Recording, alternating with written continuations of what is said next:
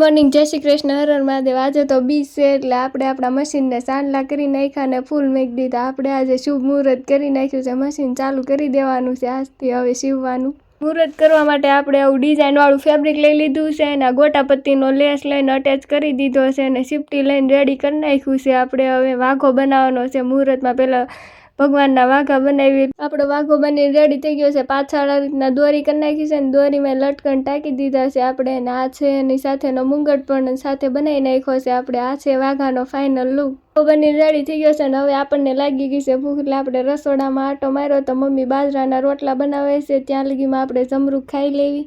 તો જમવાનું જઈને મને એમ થયું કે આ બધું હું એકલા જ ખાઈ, નાના મજાક કરું છું। પછી તો આપણે સૂઈ ગયા ને 4 વાગ્યા લઈ લીધો આપણે ડ્રેસ સીવવાનો। આ છે ઉપરની કુર્તીનું કપડું, આ છે ઉપર નીચે સલવાર ને આ છે અસ્તરનું કપડું। પછી તો આપણે કટિંગ કરવા માંડ્યા છીએ। ઉપર પહેલાં તો કુર્તીનું કટિંગ કરી નાખ્યું ને લાસ્ટમાં સ્લીવનું કટિંગ કરી નાખ્યું ને સીવવા બેસવી એટલે રીલ તો કોઈ દિવસ હોય જ નહીં। પછી આપણે રીલ લઈ આવ્યા ને આજે તો બીજ હતી એટલે સાંજે આપણે ખીર ખાઈ લીધી છે ને પાછા બેસી ગયા મશીને ડ્રેસ સીવવા માટે। હજી તો બધું કામ બાકી જ હતું, ડ્રેસમાં ખાલી એક ગળું જ રેડી થયું હતું ને સ્લીવ બાકી હતી જોઈન્ટ કરવાની, ને એટલી જ વારમાં આપણને પેંડા મળી ગયા પ્રસાદીના હતા એટલે એ ખાઈ લીધા પહેલાં ને પછી આપણે સાઈડ ફિટિંગ કરી નાખ્યું ને આપણી કુર્તી રેડી થઈ ગઈ છે। આ છે આપણા ડ્રેસનો ફાઇનલ લુક ને કાલે મારા મમ્મી પહેરી પણ લેશે। એ રીતે આજનો દિવસ પણ થઈ ગયો છે પૂરો, મળીએ નવા વ્લોગમાં।